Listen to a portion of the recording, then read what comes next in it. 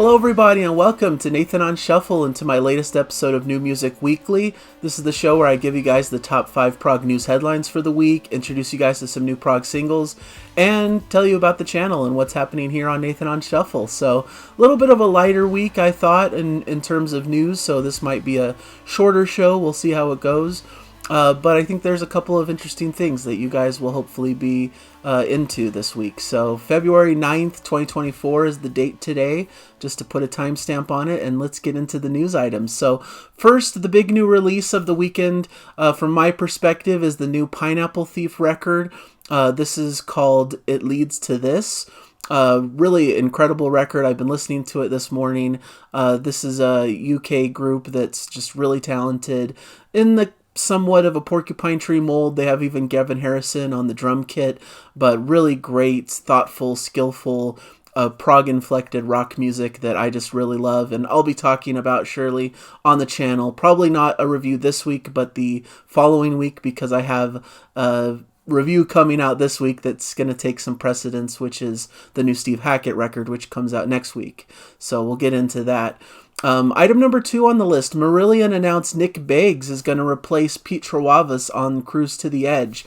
This is important news for me, as many of you know I'm going on Cruise to the Edge this year, so it's unfortunate to be missing Pete Trewavas on the cruise. Of course, he's the bassist for Marillion and an incredible musician. He's also a member of Transatlantic, which is kind of sad because I was excited that I believe all the members of Transatlantic were meant to be on board the ship, but now that's not the case with Pete Trewavas unfortunately unable to attend due to a routine surgical procedure that he's undergoing that makes him unable to come aboard on the cruise.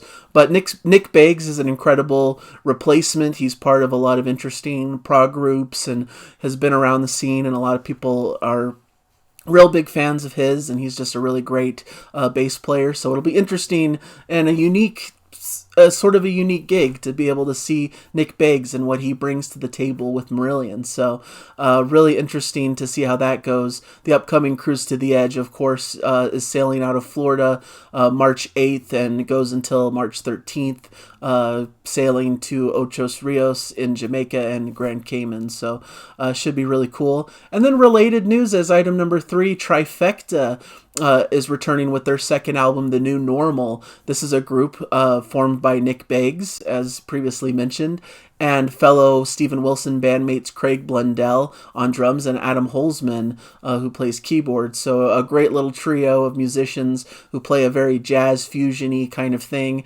Their debut album was called Fragments, that came out in 2021, and this new album, The New Normal, is coming out through Kscope on April 12th.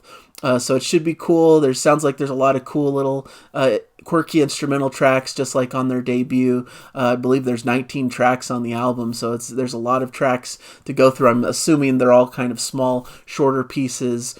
They talk about how they each contributed different ideas to the table that developed into these tracks when the other members were able to add their input and influence, and so it creates an interesting record. And also interesting when looking at the information about this upcoming record, it's going to feature Rush guitarist Alex Lifeson, which is very notable as I'm doing my Rush week, or Rush month, so to speak, this month on the channel. So any Rush related news is good news.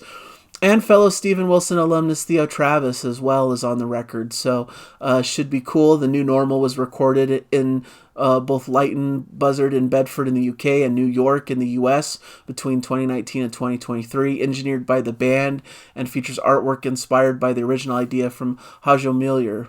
So this should be a really cool record to check out if you're into more instrumental kind of fusion-y stuff. It's going to be available on limited edition white vinyl double LP, black vinyl double LP on CD, and also as a digital album, so should be cool.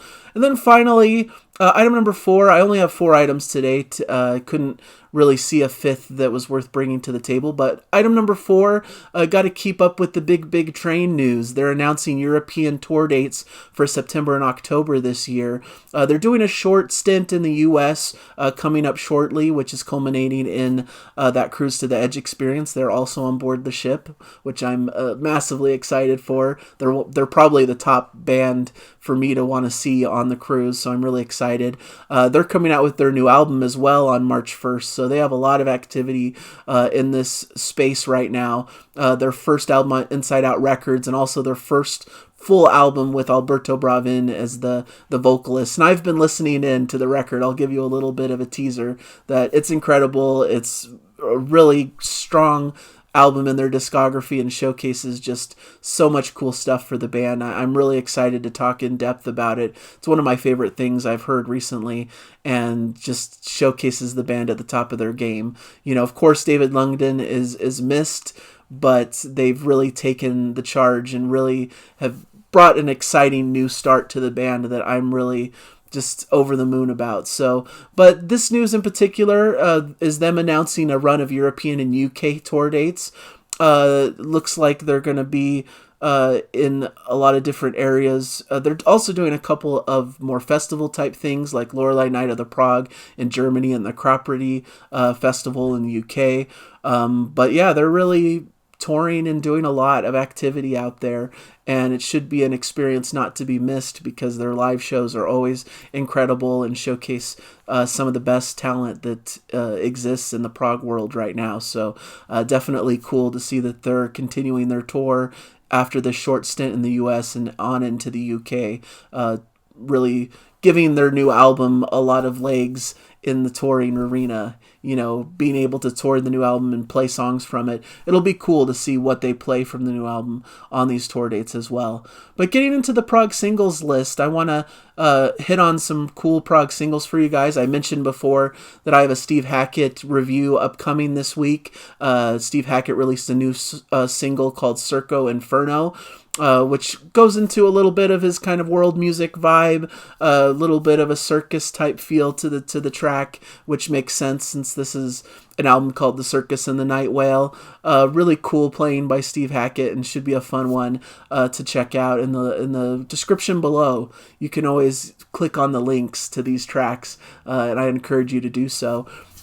On the heavier side of the coin, we've got Whom Gods Destroy and their second single, Over Again. This is a new progressive metal supergroup of sorts with keyboardist Derek Sherinian and guitarist Bumblefoot, as well as vocalist Dino Julicic, sort of rising from the ashes of Sons of Apollo, which is disbanded because of Mike Portnoy returning to Dream Theater. But this is their second single, and more of that like heavy, more aggressive, progressive metal is what can be expected here. Their album, debut album Insanium, is going to be released March 15th on Inside Out, so not too far away from that release, almost about a month away from their debut record. So if you want a flavor of what to expect, that's a good place to check them out. Trevor Rabin has a single out, Fragile. This is actually a demo version that was released, I believe, on the deluxe edition of his latest album, Rio, but now he's releasing it more to the general public, and so I recommend checking that out. A beautiful Trevor Rabin track, the notable Yes guitarist from the 80s period, early 90s, and his solo record is really diverse and interesting. Rio is definitely one to check out. A really cool vocal-led album that has been a long time coming, and this is a cool little demo from those sessions. Then back into the heavier arena, we have Artificial Language and their track Skinwalker. This is a progressive metal trope from America. Their new EP that will be coming out is called Distant Glow, which is being self-released on March 22nd. And this is just a really cool, short, hard rock track, you know, with their typical progressive metal style. Definitely really cool and definitely worth checking out if you're into progressive metal and that style. Maybe Tool-esque in its approach, but is really a great track that showcases a really talented group. And then the last two tracks here, 5 and 6, I'm expanding it a little bit to 6 tracks. These are probably less proggy, more on the prog adjacent kind of side of the coin, but tracks that I really love regardless. The first is the Decemberists and their track Burial Ground. They're announcing a new North American tour, and this is their first new music in 6 years since their full-length album I'll Be Your Girl, which came out in 2018. So it's exciting to see them coming out with new music. It's not very proggy at all. It's much more pop-based and just a pleasant, interesting little song, but worth checking out if you're a fan. I like the Decemberists. They have this folky kind of style to them. They embraced this almost prog folk style, especially with their album Hazards of Love and the Crane Wife as well. They've gone a little bit away from the proggier corners of their sound into more standard indie folk rock fare, which this kind of fits within that mold, but I still love the band and love what they do, so I wanted to bring attention to their latest single. And on a similar vein, Everything Everything has a new track called The End of the Contender, which actually came out last weekend, but I'm a huge fan of Everything Everything. They're a cool indie rock band, a little bit of pop influence, but quirky and interesting and different. And I really like some of their recent material, and this is another great single from their album. So much more on the poppier side of the equation. If you're not into that, I understand, and you need to skip it, but really excellent stuff regardless, and songs that I've been digging at least. So those are the news items that I have for this New Music Weekly. The other thing I have to talk about is the channel itself and what's been going on here. And it's been a cool week on the channel. We got into Rush Month, me and Jana, by listening to side 1 of Moving Pictures, which was a really cool experience. A lot of views, a lot of people have been excited about that, and we had a lot of fun listening to it. One of Jana's first forays into like a side-long piece of music, so that was really exciting. We've done some epics, and we did basically side 2 of Going for the One by Yes in a reaction, so it's not the first time, but it's marking kind of a new idea that we're having. And a lot of people have been clamoring for us to do side 2 of Moving Pictures as well, and I believe we will do it, not in the next couple weeks. We're probably going to space it out a little bit, but it should be coming by the end of the month to cap off our excellent Rush month. We're kind of configuring how to do these band months that I've been trying to do, and some of the shows are in flux and fluid. We were trying to do that Revisiting Classic Albums series where we talk about a particular album by that band, but we're kind of morphing that into this more we listen to the side of an album together and talk about it. So we'll see how that goes. It's a bit experimental, but we're figuring it out. And I also had a review that I really want to point your attention towards. The band is Kairos, and their album is called Mannequin, an excellent release.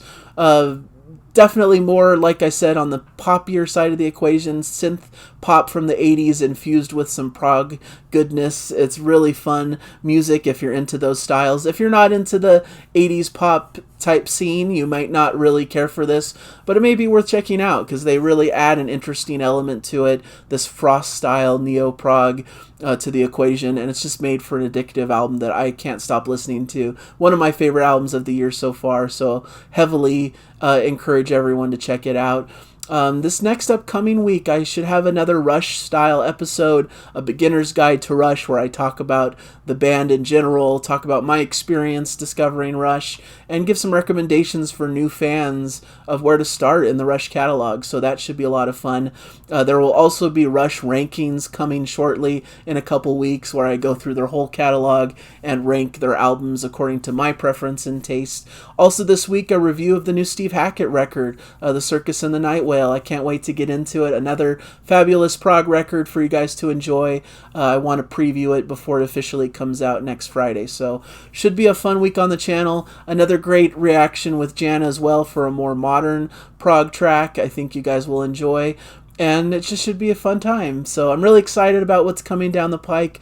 I'm excited for the new Big Train to drop. Excited for Cruise to the Edge, which I'm sure me and Jana will be doing some shows around Cruise to the Edge or afterwards, giving our reviews of some of the concerts we experienced and just the whole vibe in general, so to speak. So should be a lot of fun to be had. I'm really excited for all that's coming and for some great music, and I hope you guys are excited too. Let me know in the comments any news items I may have missed this week, or any singles or albums that slipped by my radar that you want to introduce me to. I'm always open to hearing about everything. So thank you guys so much for your attention, and hopefully you'll join me in future episodes. Bye, everybody.